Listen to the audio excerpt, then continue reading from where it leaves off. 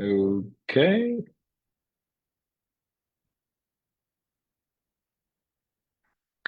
So good morning, everybody. Welcome to today's Monday motivation and information sort of gathering that we do every Monday morning here at Canvas Real Estate. If you're a Canvas agent, welcome. If you're not a Canvas agent and joining us for the first time, pleasure to see you.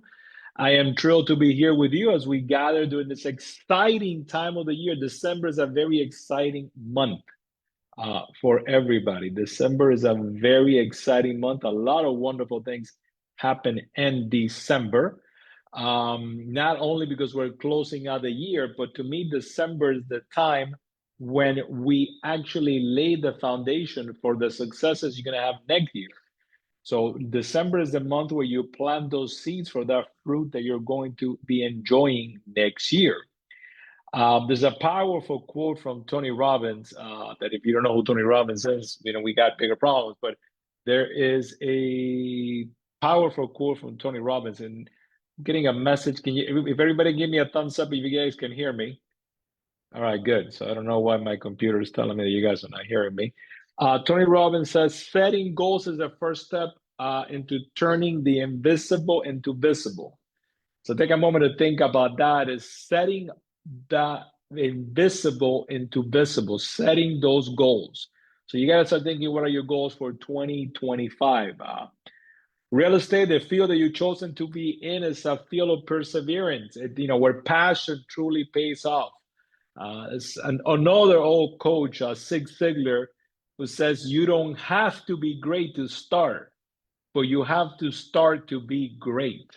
And Zig Ziglar was back from my time when I started, and man, that guy, he dropped knowledge that like nobody else. This month is an incredible time to connect, reconnect with past clients. It's family time, so it's time to research. Some of you see December as a slow season. We're seeing December as a month of opportunity. A lot of planning, a lot of seed planting for next year. But remember, dedication is what's gonna get you where you want to go. Dedication is what's gonna get you where you want to go. So, like we do every Monday on this session, we do motivation. We talk about the market, we talk about what's happening out there, and then we break down how do we make any of this productive, right? So as of December 9th, the last week, the Florida market continues to be a little bit too robust with activity, with all the naysayers out there saying that the Florida's crashing and so forth and so on. There's still a lot of positive developments on the real estate market in South Florida. We're going to break down. We're in the second week and a half of the month. A couple of things on housing and a couple of trends and a couple of transactions that one of those transactions that make the news not just locally but worldwide. For all of you that follow me know that to me one of the legs that hold the real estate table, it's unemployment. And Florida continues to have a solid 3.3% unemployment rate. That means that we have a very stable labor market.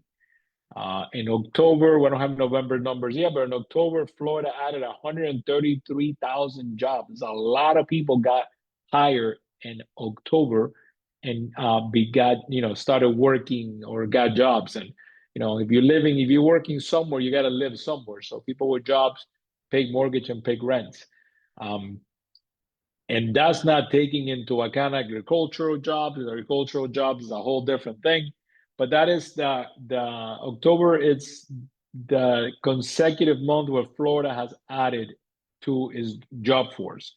So we're having a pretty solid job force. But something that is outside the job force in South Florida, and this is going about last week, and I'll tell you why, is the luxury market, the Uber, and $1 million, ladies and gentlemen, is no longer $1 million is no longer a luxury market. I think $1 million by now is sort of the norm. But the Uber luxury market or the real luxury market, demand in South Florida has intensified. And one of the things that makes this, that one can use to track this this demand, this level of demand, is the amount of private jets that are now licensed and calling Florida home has increased like no other. So the uber wealthy are making home to South Florida. And because I mean, if you have your own private plane, let's be realistic. If you got your own private plane, I don't think money is a concern. But the luxury market is not only being driven by locals, it's driven by people from all over the US, from all over the world. And you can tell and see because of how many luxury projects we got going on around South Florida.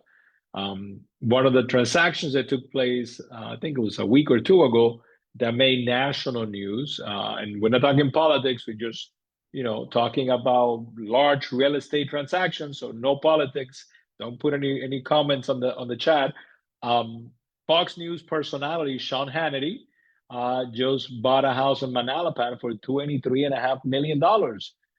He is leaving New York apparently, and he's running to the sunny state. So more and more people are running to South Florida, and you can tell by the luxury growth that we're having. I'm preparing my prediction presentation that I'll be doing probably for the end of the year, and my recap of 24 and my prediction of 25. But what I'm seeing a lot from the research that I'm doing is a lot of analysts are anticipating the Florida market will keep a moderation growth and compare with the rest of the US market. They see the US market to be stable, with some areas having a little shakeup, but Florida, and especially South Florida, they're seeing a moderate growth continuing going forward into 25. A lot has to do with population, ladies and gentlemen. Florida is still getting a lot of people moving in, and I'll chat about that on my market presentation. But growth and population with solid jobs is those are two of those legs that I say the real estate table needs to stay strong. We're having sustained demand. We're finding a balance to the market. Its inventory is up, rates are down, buyer demands are steady. So we're finding a balance to the market. So a lot of the people that know a lot more than me are predicting that Florida will have a moderate growth unlike some other states. The rates, with a specific mortgage rate, it depends on your buyer's case and profiles. It's hard to wrap it out there. But rates have begun to move down. As a matter of fact, we entering this week with the lowest rate in a month. I believe FHA loans, RMBA loans are below 6%. So stay informed of what's going on so you can make those calls to those customers that you have that are rate sensitive buyers. They don't want to be priced out. But rates, we're starting the month on that. We're starting the month on that trend going down. That looks like a very positive thing for real estate. To me, when rates get to low 6 or below 6 is when the market takes off. All of the data that we looked at this Monday so far on all of the websites that we run here at Canvas, marketing sites, the traffic was unbelievable over the weekend, and you would think that everybody would have been Christmas shopping, but looks like everybody was out there home shopping. So to recap, Florida is a very dynamic market with a very, very strong labor market. Increased interest in luxury like we didn't even think it was possible, with high-profile individuals making South Florida home more and more. So this all adds to a very positive outlook for the real estate sector for 2025. So 2025 looks like a very solid year, ladies and gentlemen. I don't know if anybody has anything on my motivation and that has any questions on that motivation information session before I break down into what can you do that makes you money part of, hey, yeah, Ernesto, I feel great. Thank you for sharing all the power. But what can I do to turn any of that into productivity? So I don't know if anybody has any question. If we don't, then I'll jump into that part that I wanted to chat with you guys about. So with everything post NAR settlement, buyers are more weary of interacting, and they wanna deal with a real estate professional that it's gonna guide them the right way, um, give them the service they need. So I put together a couple of questions over the weekend, that I took them out of my buyer's consultation qualification. So if you want these, send me a message and I will share them with you. But I'm gonna just rapid fire go over things that need to be part of that buyer's consultation. Whenever you're meeting a buyer for the first time, I highly recommend that your lender partner on the phone or in person with you. Before you go out and run around like a headless chicken showing properties, you gotta get to know if these are buyers. Not that they're real buyers, because if no one's taking the time to meet with you or go see homes for funsies. I mean, I don't think they are. But you need to sort of know at where they fit and how you're going to be able to help them. So number one is, you gotta have a warm greeting session just to establish a rapport. I come from the little school of real estate. The people gotta get to know you, to like you, to trust you. It's a reaction in the brain, so they gotta get to know you. So a warm meeting session, whatever warm that means to you, to be able to begin that process. Number two is you got to understand these buyers. What is the purpose of them reaching out to you? What is their timeline? What has inspired them to buy a home now? What are they living right now? Nobody's living under nobody, nobody. So don't come up with that one. So what are they doing? Are they renting now? How much are they paying in rent, and how long have they been there? Or do they own a property and this is an investment, or they're looking to upsize or downsize? What is the motivation for the move? One of the things that I did a couple of weeks ago was the triple D, that a lot of buyers right now are triple D buyers. It's death, diapers, or downsizing. It's a little, find out if they fit into any of those D's. So find out what is the motivation. And that part of find out motivation, ladies and gentlemen, is you gotta have a time frame of what they're looking to do. When is that they're looking to move? Number three, you gotta define these buyers' preferences. What is it? What is it that is gonna get them to pull the trigger, sign the dotted line? What is it that's gonna get them there? The purpose of understanding this is know what kind of properties you're going to show them, right? Do they have a specific area in mind where they want to be in, or they need to be in? It's one of those, maybe that's very important to them. It's a large family. They need a lot of bedrooms. They don't need a lot of bedrooms. They're okay with one bathroom. Do they need a garage? Is a garage needed because storage, or they, or if in Miami they want to make an efficiency out of it, right? It's what kind of kitchen or layout they're looking for. So, and then you want to know what are the deal breakers to stay away from, things that they don't need. So why are you going to, put them in there and show it to them? Because at the beginning, you want to show what exactly they're looking for. So, but remember, like I said, you're trying to build that trust and that relationship.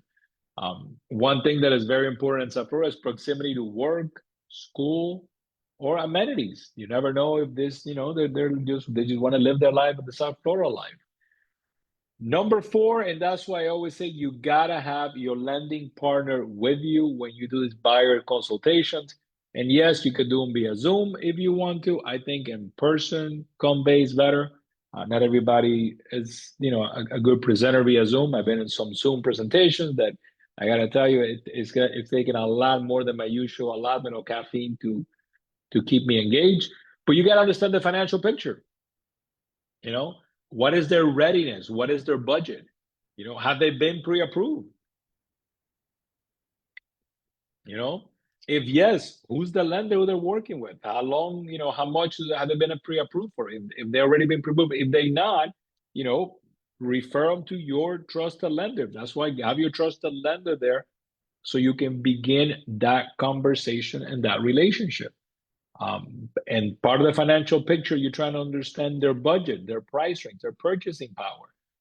What is do they qualify for, right? Um, how much down payment do they have? Do the down payment assist out there? I know that Hometown Heroes is dried up, and we don't know if it's going to get funded again. But there's a program out there called Chinoy that if you're interested on it, send me a message and I'll get you info on it.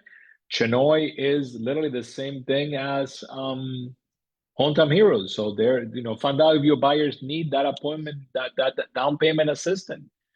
Do they need closing costs? Right? Do they understand the budget that they will have to carry on after they buy the property?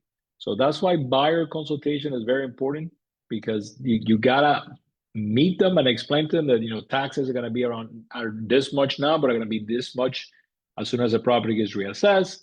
This is what your insurance bills may look like, right?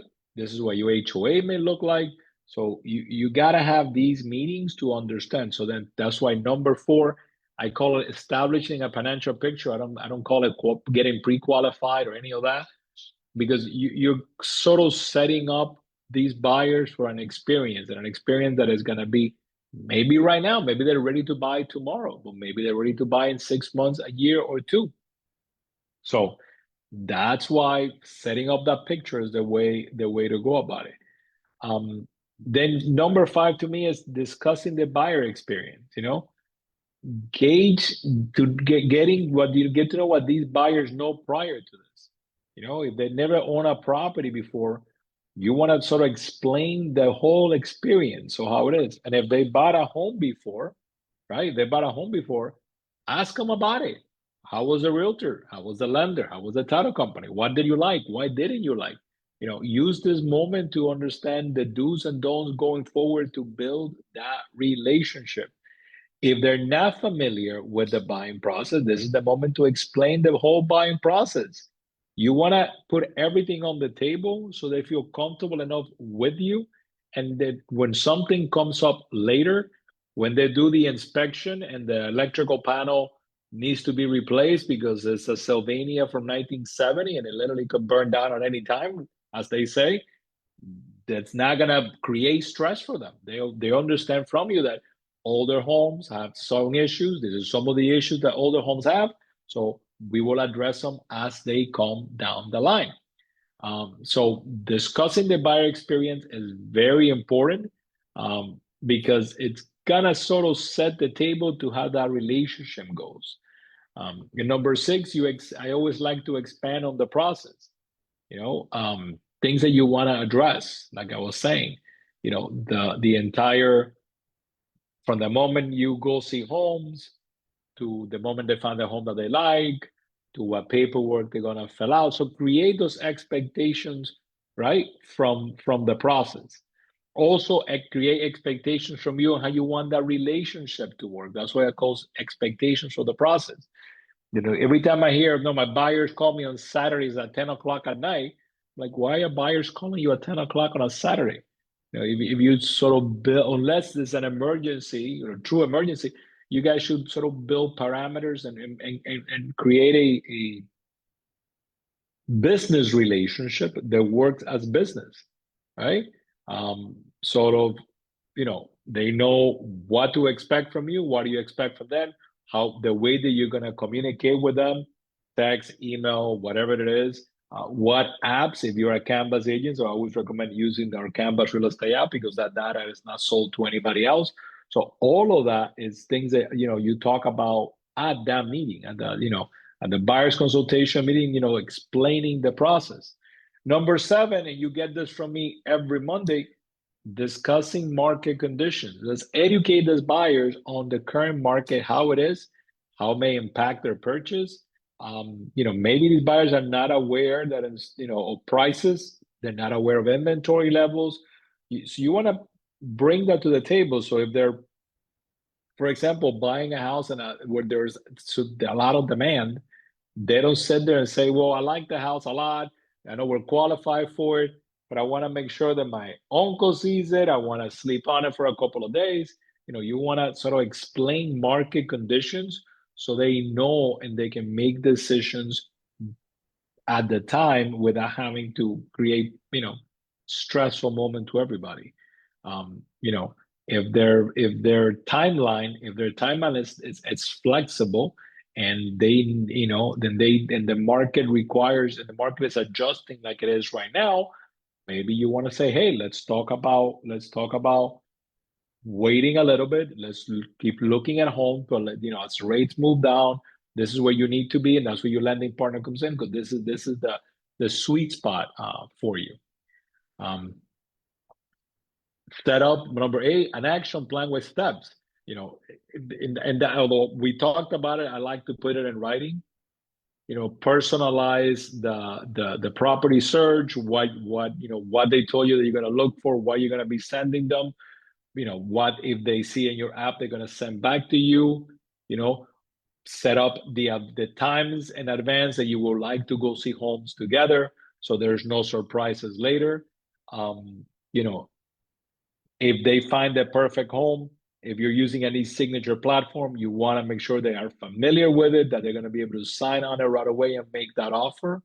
um, if you're working with a specific title company, you want to maybe have somebody from the title company call up, introduce themselves, refer always 3 inspection companies, have their information ready, their phone number so they can talk to them. So discuss all of that up front and sort of an action plan so there's no surprises once you find the property.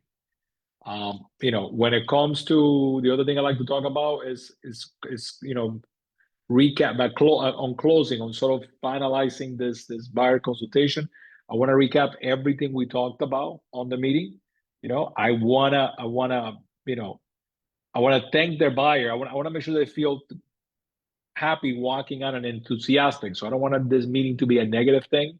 So there's an educational. So I want them to walk out of there happy and excited, even if it's a buyer for a year from now. Okay, this is what we're gonna do. This is what we're gonna do over the next year. This is what we gotta get to before we go on look at home.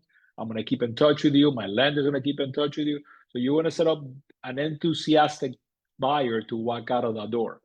Um, Give them materials. If you have a buyer guide, a showing guide, if you have information on the lender, on the title company, prepare and gather information that you can give it to them digital or print it out so they'll leave. So, visual aids go a very long way.